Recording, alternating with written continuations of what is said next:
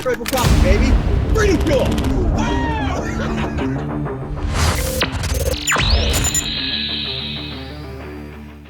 Great.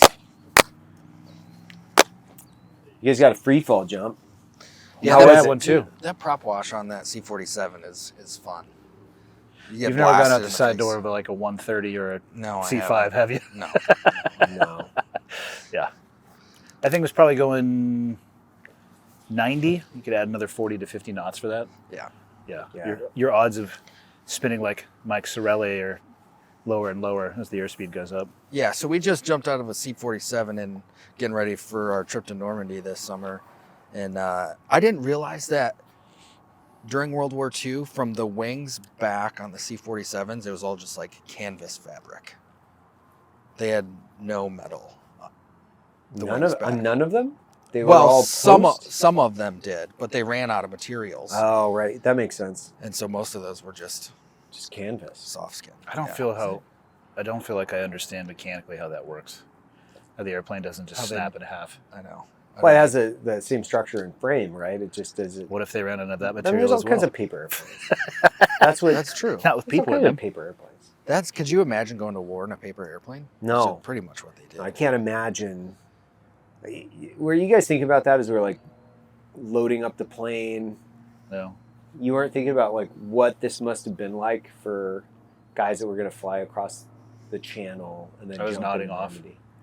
Yeah, I was trying to think about it. I was really like, what did this feel like? Obviously, it's hard when you're wearing like New Balance shoes and fucking jeans, and you're like, The Normandy jumps will be what I think about that one. yeah. It's a little bit tough here. I think we should do a night.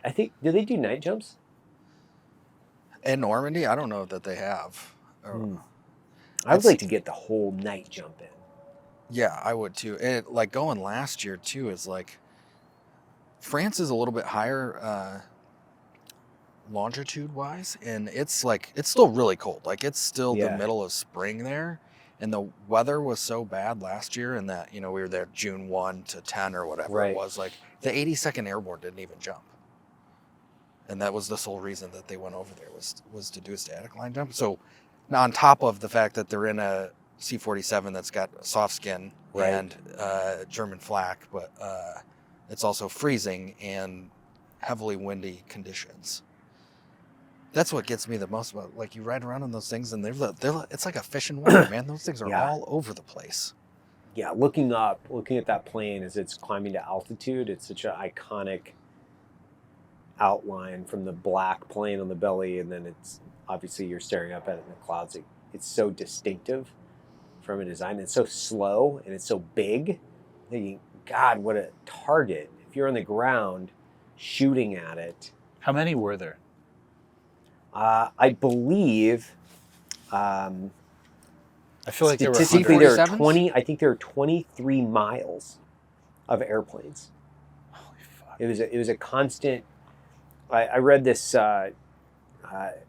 D-Day by Stephen Ambrose last year in preparation for this, and it's really fucking good. I mean, if but I one think looks he was talking iconic, about is 23 miles of airplane. yeah. So one looks iconic. Imagine what a sky littered with them would look like. Littered. 2,000 Holy on D-Day. fuck. Like 2,000 aircraft flying across the channel to go drop paratroopers. Like, and you think about it, no GPS, so it's all line of sight. Maybe a radio beacon or a radar beacon. Some of these guys are pulling gliders, so they're pulling gliders. They've got guides in the gliders. They've got, you're running off compass. You got altimeters and compass. You got line of sight. You're just getting the shit shot out of you. And How many rounds do you think were shot up? oh my God, just in tons. I I'm can't just even thinking of imagine. logistically on the ground. Not that I agree with what the Germans were up to, but some poor ammo-bearing bastard for hours, just fucking cases of ammo to gun positions. I mean, not a dude. I mean, probably hundreds of people, and all they did was just run out ammo for hours. Yeah, the support just firing on the guys invading the beach, and from overhead the tons, thousands of tons of flak shells being shot into the sky. Like that, I can't even imagine. I think that some of the best, books out there. D-Day is incredible, but I'm sure there are more. Thinking about, it was just a line of gray ships, like stacking up, and then driving those Higgins boats, which were wood. They were wooden boats. So you're talking about the canvas, I think it was probably canvas, right? Wrapped planes. And then you've also got a landing craft that's wooden as it's dropping the gate. And then a lot of those guys weren't pulling all the way into the beach. They were dropping them short. So you've got aircraft dropping them short or long or way off course.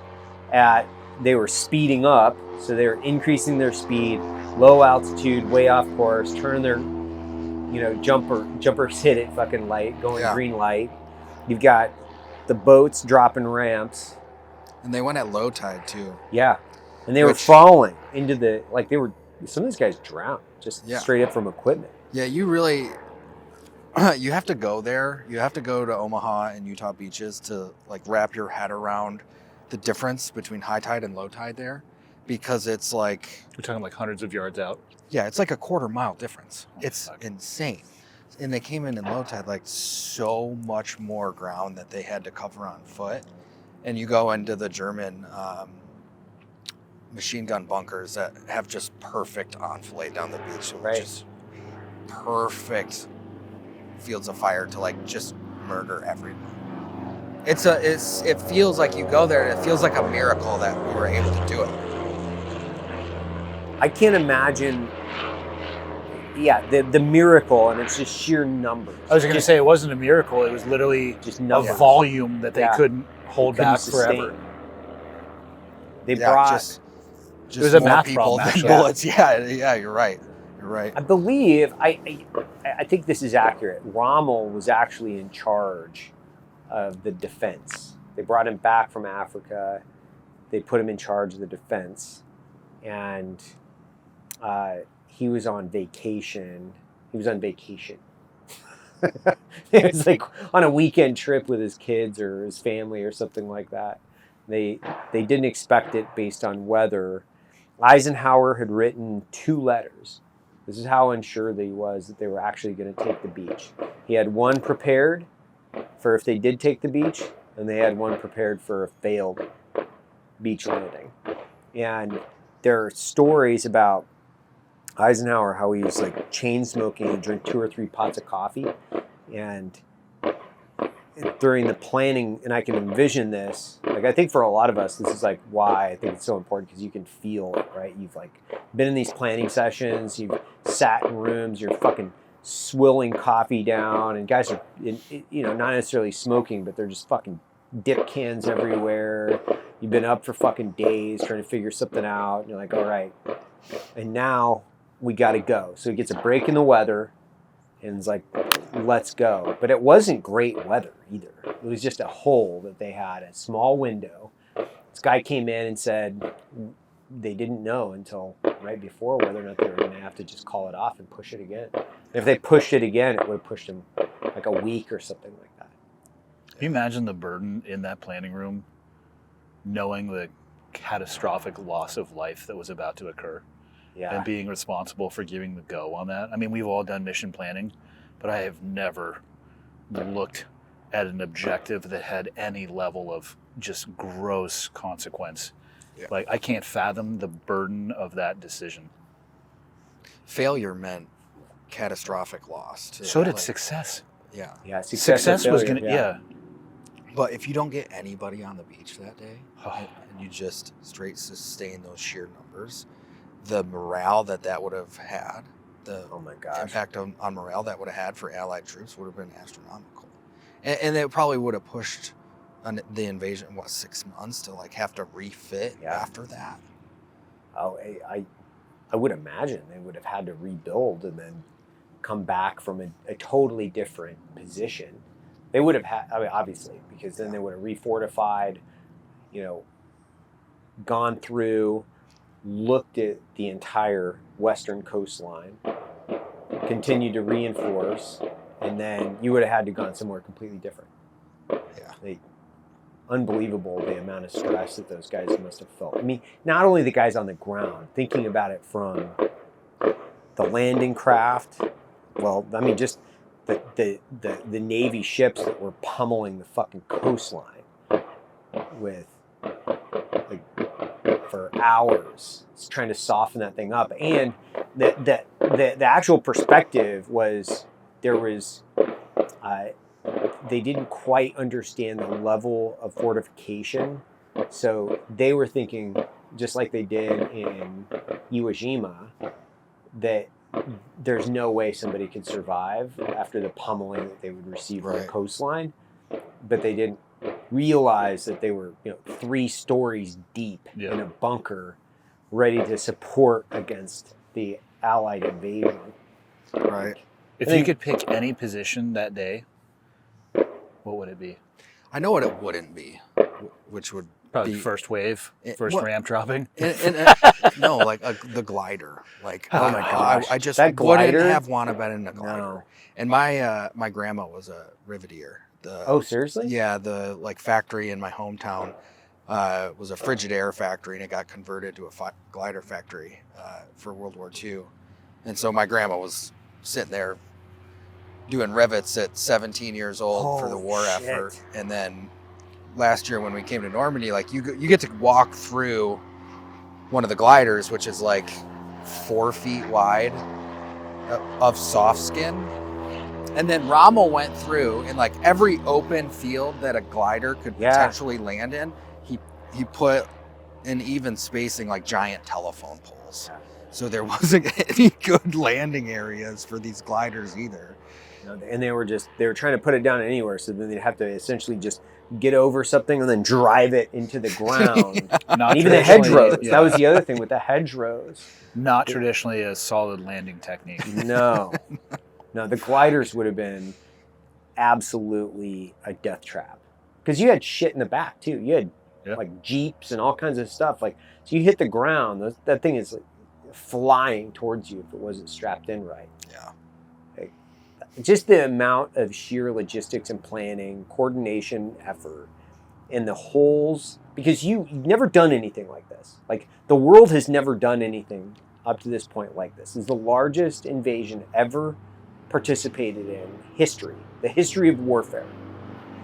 So nobody's ever done a coordinated effort like this. So you don't know all the holes in your game until after. So there's a percentage of accountability, or there's a percentage that this is just air we didn't account for. We didn't see it in the planning phase. Right. We just have to bump these numbers up to understand what that is. Yeah. I can't imagine. So if you haven't already picked up on this from the show perspective, we're down here in Palatka, Florida. We're preparing for jump into Normandy to commemorate the 80th anniversary of the D-Day invasion. So we've been able to team up with a group of veterans, Andy, Tim Kennedy, Mike Glover, Matt, Logan, me, Jared. Like, all these guys are going to go over there. This has been something I've wanted to do for 20 years plus.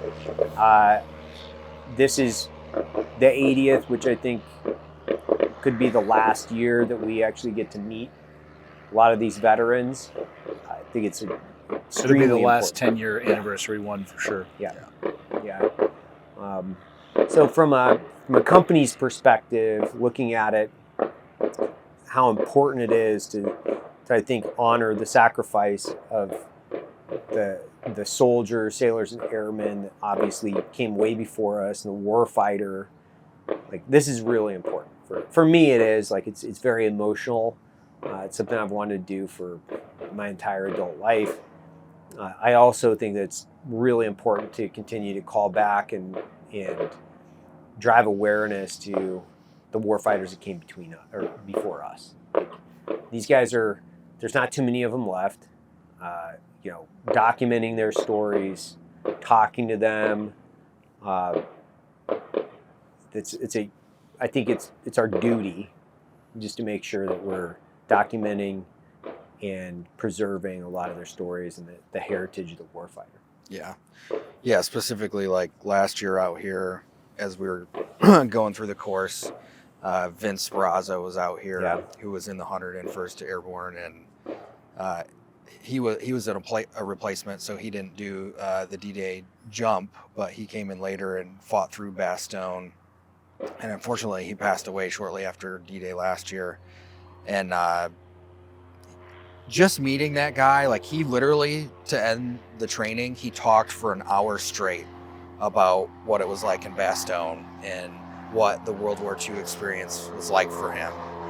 And we featured that video of him, and he tanned him in last year here. He did? Yeah, and Cool. and in D-Day, so he got a hell of a last jump in. And that video of him, like, you've probably seen him before. He did the Blood on the Risers rendition that like exploded on the internet a few years ago. But it was really cool because, you know, you hear him talk about what it was like there to fight during World War II, but the impact that it not only has on us last year, but some of the Europeans. Because Vince was the guy on the front line during Bastogne that was he was running back and forth with beer. Like he found a bar and he was filling his fucking helmet up with beer, and he was making shuttle runs to his guys just to like give them a little bit of beer. All these years later, this brewery started up in Belgium, and it was all based on Vince as the guy who was running back and forth. And he didn't, like, these two things were happening independently. He didn't even know that they started this brewery. And like, finally they tracked him down. Like, you're the guy? You're the guy? We Fucking based legend. this whole brewery concept on you. And you can go to the brewery in Belgium but it's those like little things that I think really make an impact on me. And like, we would have never been able to hear those stories from Vince if we hadn't come to do this. And it's like, no one really wants to go jump static line, but it's all this stuff that happens as a result of it. No, I think that's the other thing is like nobody. I mean, I shouldn't say nobody, right? None of us technically want to jump static line. Like there wasn't a thought when I left that I was like, I'm gonna really do another static line jump, and I didn't think about it from that context, because if I would have been like, well, yeah, of course I'm going to jump static line into Normandy, but I didn't even think that would be an option, right? Like, you know, participate in something like this, go over, get a jump on D-Day. I wasn't thinking that far ahead, but well worth the time that we have to come down here, get recertified, get a jump in. You know, a couple jumps depending on who you are, and then get over there, you know, to jump out of a Dakota. The plane, so just to give you guys context, like the plane that we jumped out of today was a plane. Tico Bell. What's that? Tico Bell. Yeah, Tico Bell. Tico Bell. She was a plane that went into Normandy, dropped paratroopers. The original line, the original static line that's inside the plane, which you stand up and hook up, was the same one that those guys used in World War II. Today? Yes. Yeah. Fuck. Same one that, you know, it flew across, participated in that. It participated in Market Garden, and then it transitioned from, well, it transitioned. But then it became another service-related airplane, and then eventually it got put out into, you know, historic preservation. But just looking at that plane, thinking about the guys that did that 80 years ago is fucking incredible, man. It just it's so incredible. And now, when we prep to go into Normandy, I think the feelings are going to be much more acute, especially because we're going to be on the ground for a couple days. We're going to be in Omaha and Utah. You know, Point to Hawk, we're going to be able to see that. I'm taking my entire family, so I'm going to be able to go out there with my kids and show them the importance of it. I don't know. Is Ree coming with you? Yeah. Yeah. Yep. And you're taking Leah? Mm-hmm. Yeah. So this is like, it's a very family-specific Black Rifle Coffee trip where we get to go out and participate in something like this. I wouldn't actually want to go without them. No, I wouldn't either. And I don't know if that would make sense to people, but it's been on my bucket list for years, and it's not like it's inaccessible Right. from where I live. Like, we booked our tickets today. It's 2 whole flights. One of them is through Charles de Gaulle, which I despise, and everybody should avoid that airport at all costs. Yes. They've lost more luggage for me than any other airport on the face of the earth, and are historically known to do so. So go as carry on heavy as you can. But that place, from an emotional perspective, I actually don't know how I'm going to handle that place. Mm-hmm. And I have no connection from a family lineage that I'm aware of anybody actually fighting there. But the people who fought there are 100% tied into my desire to join the military. And I would not want to go without the people that I love and care about, because my hope is that it'll give them a better understanding of who I am as a person. Right. I don't know if that makes sense, but to me it does. But it's a kind of a way to share not only that place, but I guess a part of what makes me tick. Right. Yeah. Yeah, I agree. Like, I think that every American should set foot in the Normandy American Cemetery at some point in their life, because you can feel the gravity and the true totality of just this, like we were talking about earlier, like the sheer amount of numbers of people that had to be a part of that thing. When you look as far as you can see are perfectly aligned gravestones, and like you can't even see the end of it. Right. And all of a sudden you're walking, like it takes like 20 minutes to walk from one end of the thing to the other. And you really, like, you can imagine that in your mind's eye, but until you're walking amongst the gravestones in that place, it's a completely different feeling. How do you even quantify that sacrifice? Like, if you just were to take those people and the average life expectancy, like how many centuries of life are in just that one cemetery? That's a good point. Opportunity and things that could have been, or that they may have wanted to do with their life, or branches of family that would have become from those individuals, and kids and grandkids. How the fuck do you even quantify that? Yeah. I think it's also one of those things where feeling it, like feeling the weight, gravity, and significance of something like that, it helps you have a touch point with how like impactful the sacrifices that were made. Just like, I mean, it's not even cliche. It's one of those things that it's like the guys that paid the ultimate sacrifice so we could be here today, not speaking German or Japanese or living under a fascist dictatorship. It helps me, I think, kind of touch that's something special with America that also connects me, I think, to the warfighter in a way that's like, it's something that we all share, right? It's honestly, in some cases, more powerful than DNA and just as powerful as love. It's like you can put yourself directly into the scenario. You can feel it. Like I was explaining earlier, it's like I can put myself in the Higgins boat. I can feel the spray from the cold ocean. Like you're fucking shivering. Guys are puking around you. I put myself into that scenario, and then when the fucking gunfire starts and shit starts ripping off, man, I cannot imagine like the context of that event in somebody's life. And then I think we were talking about it earlier, it's like you're just trying to fucking survive, like let alone like be combat effective and then meet and exceed the mission goals and objectives of the military. You're just like, fuck, I just need to get through this. Like, just get me through this one piece so I can get on the other side. And well, let's say you get off the landing craft and you stripped out of your equipment because you were fucking drowning. Yeah. And you run up and you're hiding behind one of these obstacles that is on the beach. You're like, I survived, but you're still fucking out there by yourself as you're watching everybody else scramble to survive the physical environment and just to make it to where you are so you can even begin to formulate a military fire and maneuver exercise, assuming you can get your hands on a weapon. It's like You're, fuck. yeah, I mean, imagine. I mean, you guys have been on ships. I've not been on a ship, but I'm like, 14 thinking days about total. the rope, right? It's like the you're just crawling down this like wet rope that's roped over the side, and the fucking boat's the cargo pitching nets. up and down the cargo nets, and you're trying to get in this boat. We're about That to go alone, do what? what are we doing? That alone, you're like, what the fuck? Like, Yeah.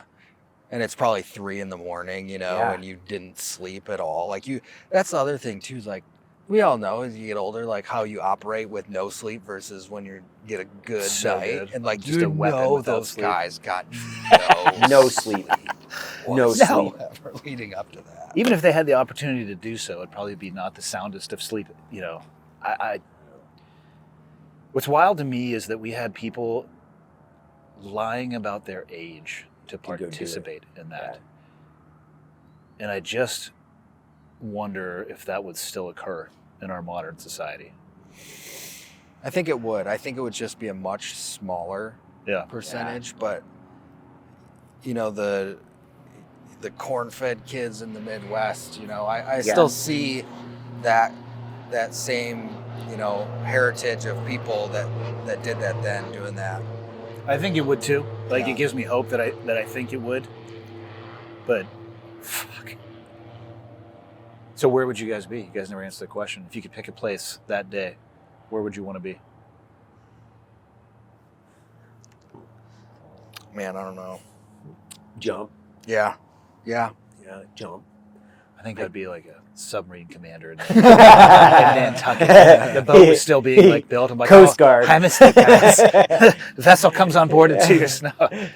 Man, I jump. Like I if you had the choice. And it's That- for clarity, it's not a choice of an awesome Yeah, position it's- and a bad position. no. It's all shades of incredibly dangerous, incredibly hazardous, bad in context of the positions to choose from. Yeah, but I can imagine, like for me at least, it'd be like, okay, well, you're at night, you're in an aircraft, Yeah. you're jumping, and you don't have, there's flak and there's a bunch of shit happening. I'm not discounting it. I'm just saying, like, you don't have a bunker that is like, this is its left and right limit, and it's all interconnected fields of fire, like interlocking fields of fire across the entire beach.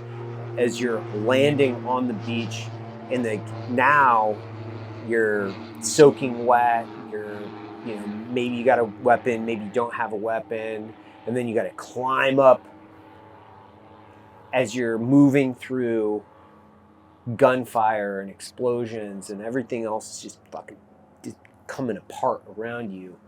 I kind of like this thought of like, hey, they dropped me in the wrong spot.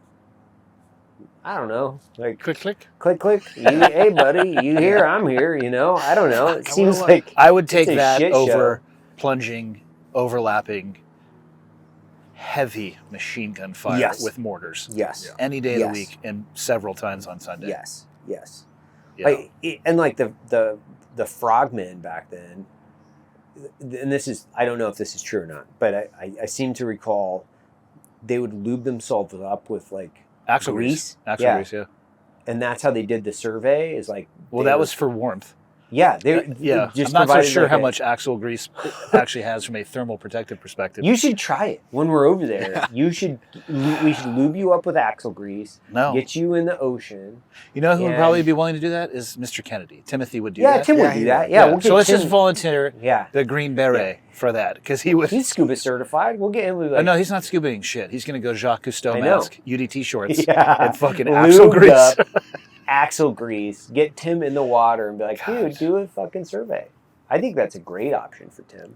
Yeah. He'll do it. 100%. He He'll would do it. Yeah. But that water's got to be 50s. Yeah. In June, right? It's freezing. It's freezing. Yeah. So cold. Like, what's the temperature in San Diego? Depends on the year. 60s, 60s? Yeah. So it might have been, but no, that fucking English Channel is. There's no way that's. Yeah, I think we're comparing like apples and bowling Yeah. balls actually between the two. So that's the goal then. Not the goal. We'll just tell Tim he's going to do it. Yeah. Yeah, he'll do it for We'll sure. say we're all going to do it, but then only he shows up. Yeah. No, I think. And he'll that's be a like, great oh, idea. fuck those guys. All right, let's do it. Yeah. let's go. Tim is like a let's go kind of guy. He's you a know what I mean? very Yeah. Not as let's go as some other guys we know, but He would probably get lubed up and then also be like, I'm gonna redo the Honda Hawk climb Yeah, he'll without a do that. ladder. Yeah, he'll do that. carrying a telephone pole. What'd you think of the static line jump? You haven't done a static line jump in how many years?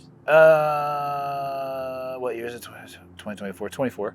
24 years. Yeah, it was exactly what I remembered it being. Yeah, you did a good job. You're like covering your handle. Only the whole because I night. wanted to really, really badly pull it. God, that would have been cool. Spring loaded. Yeah. Right across the top of the tail. I have enough time around parachutes that I know they're probably going to open, and if the first one doesn't, the second one likely will. So I understand there's risk involved. It's not really a gamble, and it was just kind of cool. Smaller aircraft, period specific. Yeah. I mean, again, I was legitimately nodding off because that's what I do in airplanes climbing to altitude, but it wasn't bad. It was a preamble to what I think we're going to be doing. That one will be hard to ignore. This one was like, okay, Yeah. I think I still remember how to do this. Right. Executed a PLF, parachute landing You fall. did. It's not a big deal. Yeah. Partially because it wasn't coming down that fast, so I actually stopped myself halfway through. I'm like, I don't need to do this. Yeah, I think you could have stood that up. I could have. Yeah. Safety first. I could have stood mine up, but I was like, it's gonna look better for the camera. Yeah. No one outranks safety. Nobody. People got to know you can PLF, you know. Yeah. You gotta flex that. Feet knees together. I executed it all the way, right? Like all the way through. I was surprised as to just Because you How had much? jumped one of those parachutes yet, right? Yeah, it's an SF-10. That's Yeah. what we were jumping for the last several years, and I it's had a not super jumped one of easy those. parachute. And you're coming down slower. Like that was a slower descent rate than I think any static line parachute I've ever jumped. Yeah, Actually, So no, I take that. No, it was 2000. I was trying to think. Yeah, we chased the boats free fall wise, not static line. No, it's a horrendous method of insertion. I mean, it's horrible. And he has jumped at static line altitude yes, Yeah, for since sure. then, but You can take for other purposes, allegedly anywhere between a 4 to 6 second delay from static line altitude, allegedly. Allegedly. Yeah. if you wanted to. How many free fall jumps do you have? I don't know, 8,500. Okay, so enough to know the difference and understand that you like free fall better than static line. The direct I think anybody benefits. who has done either or both likes free fall more than static line. Yeah. I mean, you guys also are free fall jumpers. Which one would you prefer to do on a Sunday?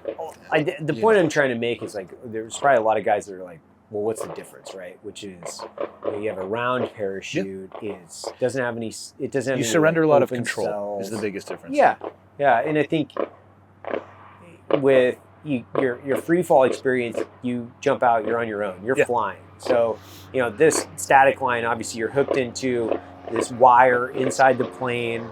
It pulls the chute out for you. So all you're doing is you're jumping off and executing essentially, a somewhat coherent position, so you're not completely fucked.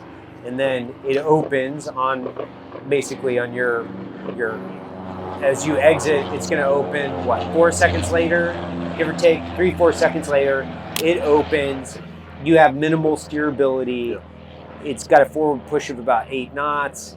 And if you're going into the wind, which we were, which is about 3 to 5, you do the math on it, you're really not falling faster than about 3 knots as you hit the ground, which means it's like jumping off the back tailgate of a car. Like that's what it is. It's not difficult. Now, if you're in the wind or if you're with the wind in that parachute, and let's say it's 8 knots, now you're going 16.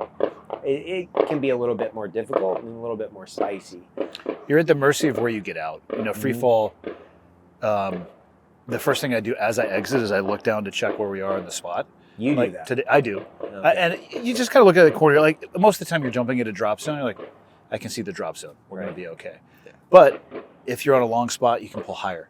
If you're right over the top, you could fall lower to the ground if you wanted to. So you can correct for exit position error. Static line, you get what Yahtzee throws you out the door. And if you're over the trees, it's like, well, let's see, feet and knees together, cover my face and hope for the best. Right. Whereas in free fall, oh, hey, I'm long, I'll pull 4,000 feet higher and use my canopy to fly back because it's highly maneuverable. Yeah. One of the most fun SOPs there are for getting stuck in a tree, initiate reserve pull and begin to climb down. Climb down your reserve. The best one is power lines. Yeah. Should you be in the power lines, attempt to have an oscillation. Yeah, to get so through. you slide through them and really hope that the canopy is not touching the lines as your feet touch the ground. Yeah. Because your balls are going to explode like a frag grenade. I'm not sure that's actually what would happen, but I think that should be in the brief. They should actually change that around to make that in the brief. I remember the first time I heard that at static line at Fort Benning. I was like, excuse me? Is that where you went? Yeah. Oscillate? The fuck you talking about? How about don't put me out over the goddamn power lines?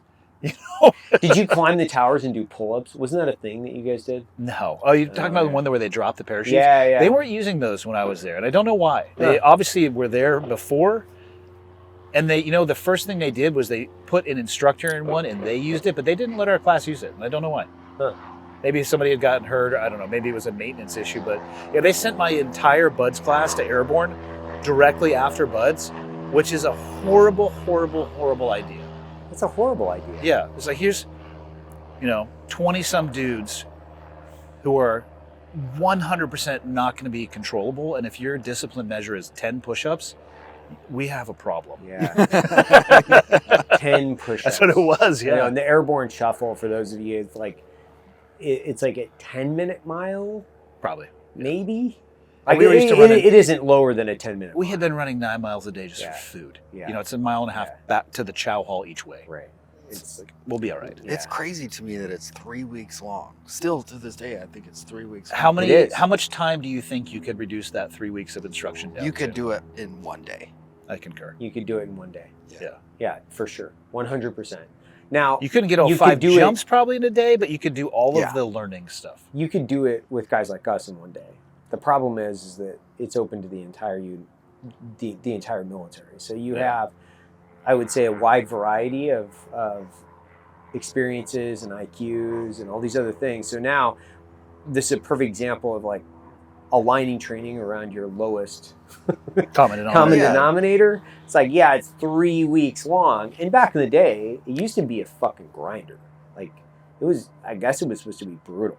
They were running 6-minute miles. Really? Yeah, it was. You would get your boots on, you'd wear your full fatigues. You're running a 6-minute fucking mile. It was a grinder. It was meant to trip people out, because if they're going to be airborne, that was a big deal. Yeah. And then as it evolved, as most things, evolve, it just kind of softened up. And I remember when I went through, it was there's this chick that was going through with us. She was 100 pounds overweight. There was no, zero doubt in my mind. I'm like, what the fuck am I doing here? Why are we doing this? There's no chance in hell she's going to need to be infilled through an airborne operation for anything that she might do. More appropriately, she can't. She's combat ineffective. We're actually dropping airborne troops somewhere. You have to be able to pick up your shit and get to work. I feel like that's racist.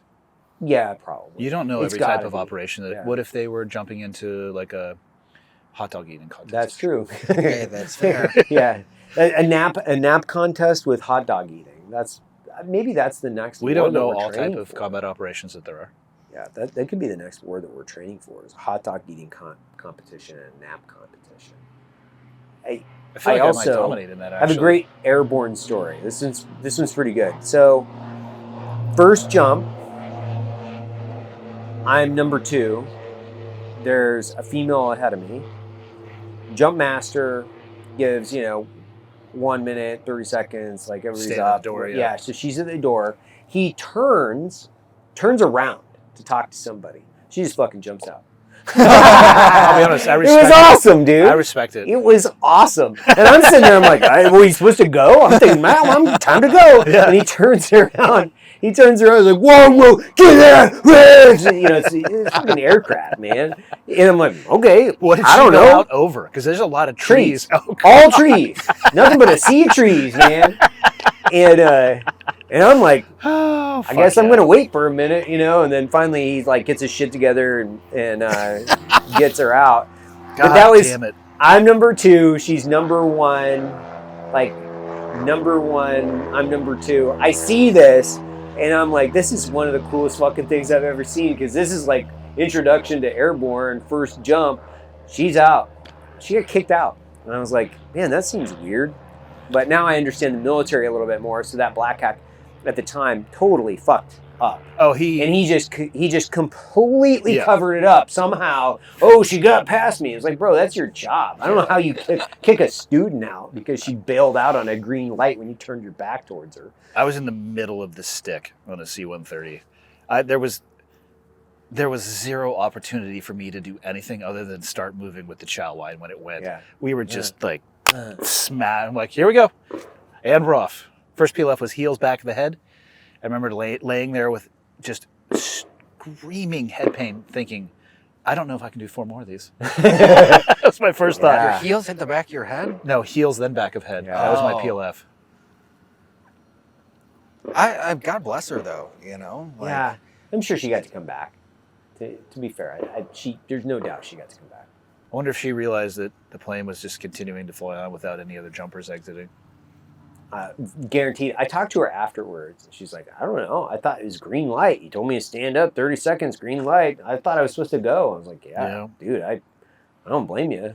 I wouldn't have fucking gone. Especially given you were over an ocean of trees. But, I mean, you do you. Okay, man. Yeah, let's go. Like, I wouldn't have gone. Like, I can't really say that I enjoyed that course at all. But yeah, one day you could knock it out. I think because team guys now have it condensed to a week and they have their own, right? So it's like the accelerated free fall pipeline is now run by the Navy under the supervision of the Army, I believe. They still fall under the JFK. Yeah, good idea. And I think they do it all in 3 weeks, but that means static line and free fall. Right. So it's now, as you get issued your trident, you're qualified for both, which was very different than the system that I came into. Yeah. You went to free fall after you had done a minimum of 2 platoons. It was just unheard of to be free fall qualified early on in your career. And now even in the Marine Corps, the recon guys, they're like in the pipeline. They're going through free fall right after. You know what the reality is too? Yeah. Static line is a safer way to do it. A free fall operation can be so much more dangerous than anything that you're going to do on the ground. If you actually need to get a unit on the ground in a remote location and you're not worried about overflying where you're going to be, static line's actually the way to do it. It's a safer way to do it. It's like, oh, let's just go up to 30,000 and dark it out and jump out into the ether. Okay, I have a few questions. When was the last time you've done this? Never. Oh, fuck, here we go. Yeah, you can put some guys out. Like, and I remember talking to some Vietnam vets and reading stories about those guys who do airborne school in Vietnam, and they would do literally like 2 days. Yeah, you're done. You're airborne qualified. 2 days. They'd knock it out with their Montagnards or whomever they were training with, and there's just zero doubt that you could knock it out in a much more efficient manner, which is just one of the fixes that we could he has an audience. Oh yeah, there's a cool, like, we're out here and there's a dog. Just a dog just taking right a big back. growler Awesome. while looking at us. Yeah. Welcome to the show. Yeah. Thank you for blessing us with your number 2. What else you guys got going on? Like, what's coming up? We've obviously got Normandy. What else are you doing, Andy? And you just had surgery. No, that was months ago. Yeah, it seems like. Dude, I defeated that tummy ache. I'm a tummy ache survivor. I was brave. You know, like, I took it on the chin. It is what it is. Okay, so cool thing with Andy and the shop up in Kalispell. So this summer when you go up to the shop, he's got Montana knives. Yep. So you've got Aries watches, Montana knife, cloud defensive flashlights. We have, we're getting ready to bring in Origin USA gear. Yeah, that's right. Tops and bottoms, so pants. Yeah. They're making like the pant Pete was wearing in Moab, which he then called Moab, the Moab pant, the mother of all breeches. It's good. I like that. Yeah. So a full selection of that. We're going to try to get some of their camo in the store for hunting season. We sell Gator sunglasses. These things I've been wearing since like the early 2000s. Why not bring in awesome brands all into one ecosystem? Yeah. And people can either participate or not. We have Nick Lavery's book in the store. We got Glover's book in the store. So I just wanted to be a representation of all the things that kind of make my life what it is and the people that I know and the brands that I work with. So I don't know where else you can do that and also get a killer cup of coffee. Yeah. You've created it so good. You had your first shoplifters come through not too long ago. Yeah, but I found them. They came back and paid in full. Oh, did they? Yeah. How'd you find it? Instagram. Oh, really? Yeah. Yeah, he posted it and was like, I went "Does and anybody had know a this?" small conversation with him at his place of work. Oh, no kidding. I provided options, 3 of which he chose the first one. It was come back and pay in full within 60 minutes. I can get the police involved, or I will beat the living fuck out of you right here and choke you to death with your own cock. Yeah. That'll tend to get the desired result. He came back and paid in full and hit the 20% tip button. Oh, good for Oh, yeah, that's good. Yeah. Sometimes there's a happy ending. Yeah. What do you got going on? What are you doing? Well, I'm back. It's good to be back behind the driver wheel, the social media. Running, What does running that the even socials mean? again. Oh, you run a Black Rifle Coffee Social? Yeah. Yeah. You were speaking in convinced code. I was him. like, what the fuck are you I talking convinced about? him to come back and take over the Black Rifle Coffee Instagram All right. and all the socials, actually. So I think, we've gone through phases over the last couple of years where we've put people in different positions. And I think, with Logan coming back into that role, it feels like home. Looks better. Yeah. Yeah. It was just like feels better. it was like 8 years of running that thing every day, and You just need a break. For you? it took like You just need a yeah. break. And well, I did a lot in that 6 months I took off. I did D-Day. Don't forget your Saying expedition. you need a break from social media for a couple months. Yeah, it's just you get burnout. Yeah. You get burnout doing anything for 8 years.